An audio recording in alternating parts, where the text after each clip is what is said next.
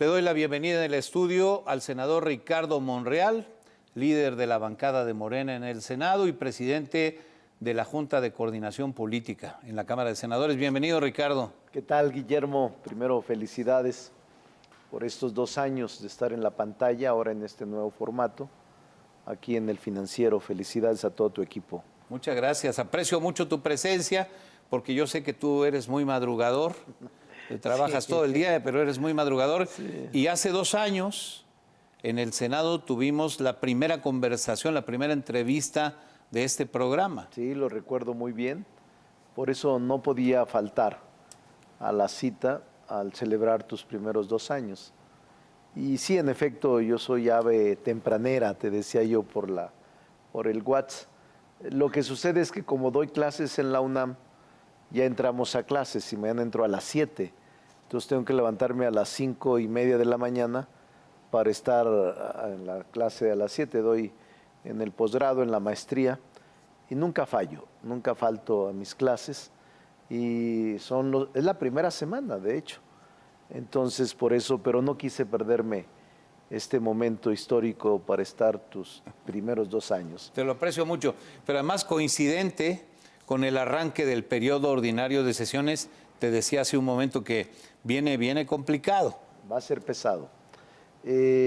Está cercado por un ambiente de tensión, de polarización, de dificultades. Estaba viendo en la antesala, antes de entrar al programa, tus primeras informaciones muy completas y muy profesionales sobre lo que pasó en la Cámara por un protocolo de honores a la bandera y del himno nacional. Se ha hecho una pelota de nieve.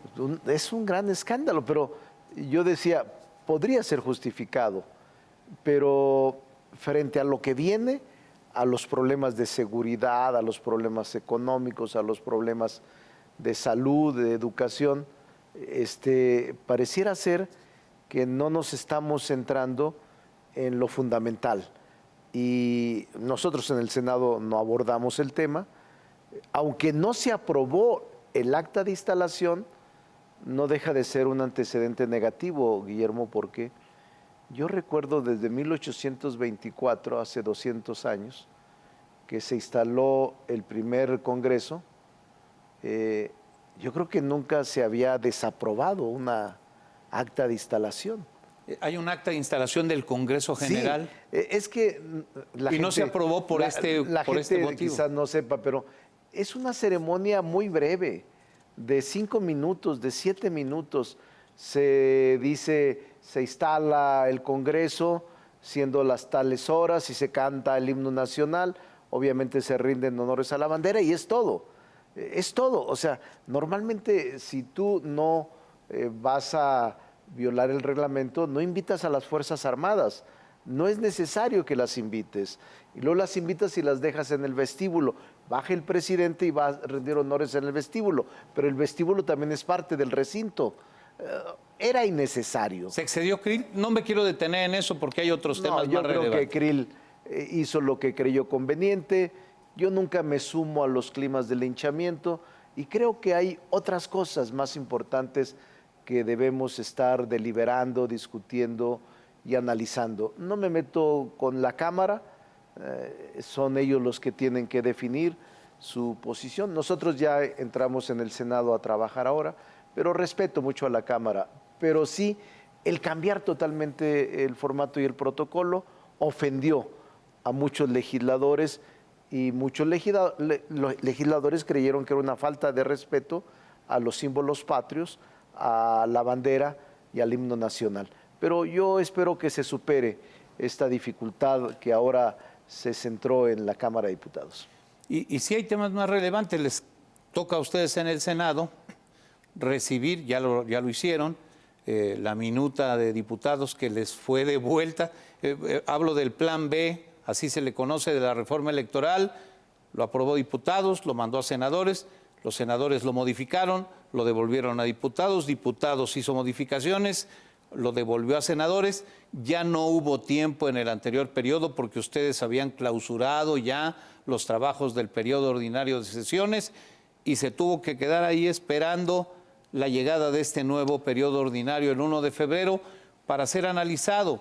Hay muchos señalamientos en relación con este plan B, muchas impugnaciones, muchas controversias constitucionales y recursos de inconstitucionalidad ante la Suprema Corte. Dame tu opinión sobre este tema. Mira, has resumido muy bien lo que sucedió en este proceso legislativo. Lo cierto es que ahora está en el Senado en la minuta con 4 leyes ordinarias. El paquete electoral, Guillermo, y es para un poco el auditorio, contiene 6 leyes ordinarias. Recordamos que como no fue aprobada la reforma constitucional en materia electoral, se enviaron iniciativas de 6 leyes y las 6 leyes se dividieron en 2 paquetes. Un paquete tiene 4 y otro tiene 2. Las 2 leyes de publicidad y de responsabilidad fueron aprobadas el 28 de diciembre, están vigentes y han sido impugnadas por las cámaras, los partidos y ayer por el INE. Faltan estas 4, que es otro paquete. De las 4, solo un artículo fue el que no se aprobó en Cámara de Diputados, que es el 12 de una de las leyes relativa a lo que comúnmente la gente conoce como cláusula de vida eterna, la transferencia de votos de un partido grande a un partido chico para que no pierda su registro, sobreviva. Ese es el único artículo que está a discusión. Hay 2 hipótesis es nada lo único más. que van a discutir. Nada más. Todo lo demás, Guillermo, y está aprobado. Entonces, es el único artículo. Sin embargo, yo no quise, y ninguno de mis compañeros quiso, que se diera vía rápida, fast track. Pudimos haberlo sacado ayer, pero yo preferí, como presidente de la Junta de Coordinación Política, darle el trámite normal, está en comisiones y seguramente la semana próxima o la otra se podrá discutir. No sé si se apruebe o no sé si se avale, pero en todo caso, Guillermo, si no se aprueba, ese artículo se sale o se saca para pasar todo el conjunto de las normas contenidas en 4 leyes. Y ese solo artículo queda sin definición. Si se aprueba el artículo, entra en el paquete con todas las 4 leyes. Entonces, estamos hablando de 2 semanas. Yo creo que todas las 6 leyes, las 4 y las 2, van a ir a la revisión constitucional a través de una acción que la Constitución señala y denomina acciones de inconstitucionalidad y que lo pueden promover partidos políticos, el 33% de los legisladores o incluso algunas otras instituciones como el INE, que tiene posibilidades de hacerlo. Tú votaste en contra de algunos preceptos, eres maestro de Derecho y dijiste, no puedo hacer y aceptar algo que viola la Constitución cuando doy clases. ¿Qué les voy a decir a mis alumnos? Sí, lo argumenté, presenté un voto particular, que es una figura jurídica en materia legislativa que implica no estar de acuerdo con la mayoría. Yo, con responsabilidad, sin tratar de lastimar a mis compañeros de bancada, presenté un voto particular y voté en contra. Voté en contra porque considero que hay indicios o visos de inconstitucionalidad en 9 bloques que yo definí en el voto particular. Y también voté en contra de esta cláusula de la vida eterna. Así es de que mi voto, cuando llegue el momento, va a ser igual, va a ser consecuente, no lo voy a cambiar, claro, porque finalmente he dicho, seré legislador 2 años más, soy legislador temporal, pero soy maestro permanente de la UNAM. No cobro porque como soy legislador, desde que soy senador, no puedo cobrar un solo 5 en la UNAM. Y no lo hago por dinero, enseño por vocación. Me gusta enseñar y formar a los jóvenes, que siempre tengo jóvenes brillantes en la maestría. Y mañana los voy a encontrar a este nuevo grupo que me toca iniciar el semestre. Pero no voy a cambiar, voy a cuidar siempre que la enseñanza sea congruente con lo que practico en el lugar en el que esté. Es probable que caminen en función de lo que tú mismo votaste, las acciones de inconstitucionalidad, pero eso ya le corresponderá a la Corte, a la Suprema Corte de Justicia de la Nación. No quiero adelantarme para no lastimar ni a los legisladores que votaron en favor, ni tampoco a quienes están esperando que se avale la reforma electoral de estas 6 leyes.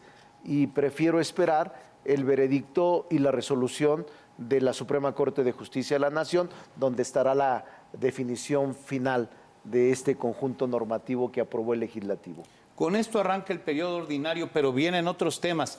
He leído muchas opiniones preocupadas en relación con muchos cargos que no se han definido. Sí. Cargos que tienen vacantes sí. y que no se han definido en el INAI. Hoy algunos de los comisionados del INAI me expresaban su preocupación, pero en otros ámbitos también de organismos autónomos. Sí, tienen razón. Tenemos aproximadamente, Guillermo, en el Senado 160 nombramientos. Hoy me reuní con los grupos parlamentarios para implementar una mesa de trabajo y agilizar. Hoy mismo me da gusto informarte e informarles que ratificamos y aprobamos a 2 integrantes de la COFESE, de la Comisión Federal de Competencia, que no estaban nombrados. Ahora ya está completo el órgano autónomo con los 7. Nos falta el INAI con 2, nos falta el Consejo de la Judicatura, nos faltan tribunales administrativos o de justicia administrativa, tribunales agrarios, tribunales electorales en los estados y en las salas regionales. 160 nombramientos aproximadamente, Guillermo. Pero tenemos todo el entusiasmo y hoy me reuní con todos los coordinadores para buscar alternativas para agilizar, consensar y aprobar a los mejores que vayan a integrar estos órganos del Estado, órganos autónomos constitucionales. ¿Esperarías que eso ocurra en el actual periodo? Tengo mucha confianza. Eliminar ese rezago. Tenemos 3 meses y yo tengo confianza en que abatamos ese rezago y cumplamos con nuestra responsabilidad constitucional. De hecho, la semana que entra vamos ya a convocar a los 5 ternas de la sala regional del Tribunal Electoral. Las 5 ternas, que son 15 candidatos, y vamos a decidir en el trayecto de las 2 semanas si se aprueban o no las ternas y quién logra la mayoría calificada. Porque uno de los temas que nos dificulta, Guillermo, es que se requiere mayoría calificada. En el Senado Morena nunca ha tenido mayoría simple. No tenemos ni mayoría calificada ni tampoco mayoría simple. Entonces, el esfuerzo por realizar acuerdos y lograr mayorías calificadas de 2/3 partes es muy complicado, porque requerimos cuando menos 4 partidos que nos acompañen en la votación en el Pleno para lograr la calificada. Y es un trabajo de negociación política. De mucho diálogo y negociación. Arduo, cotidiano. Como ahora. Ahora habían dicho que iban a votar en contra y que íbamos a rechazar las propuestas del presidente de la República. Pero yo les decía, lo único que van a lograr es que nos envíen quizá 2 perfiles con menos profesionalización. Si las volvemos a rechazar, se llevará un poco más de tiempo y la tercera ocasión, como dice la ley, el presidente va a designar de manera directa y renunciamos a nuestra posibilidad como Senado mexicano. Es una irresponsabilidad no hacerlo y votaron por unanimidad. Solo un voto, el del senador Álvarez Lima, no votó en favor de los 2 representantes de la COFESE, los 2 comisionados, y solo un voto, 91-1, y el otro 90, una abstención del senador Damián Cepeda y un voto en contra del senador Álvarez Lima, que yo respeto siempre sus razones. ¿De tu partido? Sí, de mi partido, pero en mi fracción hay siempre consideración y respeto a quienes votan distinto. Es un voto de conciencia y es un voto libre. De todas maneras, una gestión de negociación política 90 contra 1. A ver, esto no puede prevalecer, dejar 140, dijiste, 140. Casi 160. Casi 160 cargos sin definición. En la mayor parte de los casos de organismos autónomos, pues es una irresponsabilidad. Claro, así es, así lo considero. Y por eso ahora nos reunimos, nos vamos a empeñar a fondo y espero lograr los acuerdos con las 2/3 partes muy pronto. Tu tarea en el Senado corre en paralelo con esta sucesión anticipada a la presidencia de la República. Pues, tenemos que hablarlo con esa claridad, porque todos los días en la mañanera se habla con esa claridad, no es un tema que nos estemos sacando de la manga, ¿no? Sí. Además, Hoy Marcelo Ebrard habló del tema en su reunión con funcionarios del Servicio Exterior, lo hace Claudia Sheinbaum todos los días, en cualquier ocasión y con cualquier pretexto, lo mismo que el secretario de Gobernación, Adán Augusto López. Tú ahora estás incorporado formalmente a ese grupo de aspirantes presidenciales del partido Morena a la presidencia de la República. Sí. Participaste en la plenaria de la Cámara de Diputados, participaste en la plenaria convocada por ti en la Cámara de Senadores, bueno, convocada por el Senado en la Cámara de Senadores, en donde encabezas a la mayoría legislativa. ¿Cómo ves lo que viene en el terreno de la sucesión presidencial? Muy anticipada, admitámoslo.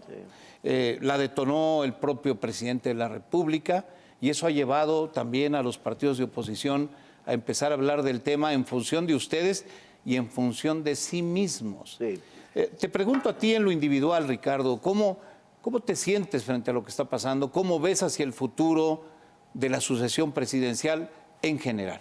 Sí, yo te diría que en efecto la sucesión y su adelanto ha precipitado los tiempos político-electorales.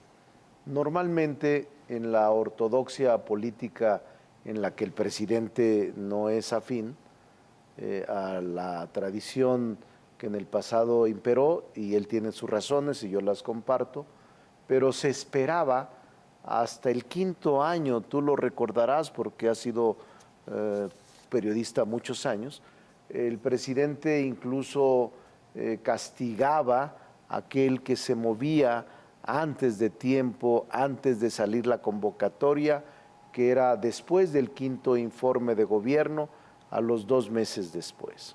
Ahora no, 1 año y medio antes de este momento, se adelantó la sucesión y el propio presidente de la República, el señor López Obrador, la adelantó al denominar este rubro o este signo del tiempo de las corcholatas. Y que antes destapaban con una mascarita y ahora destapan con destapador. Quitapón. Entonces, el presidente creyó que esa era la mejor forma de controlar el proceso de sucesión y yo creo que lo ha logrado, porque en el colectivo, en la población, solo hablan de ese número y de esos nombres a los que el presidente se refiere.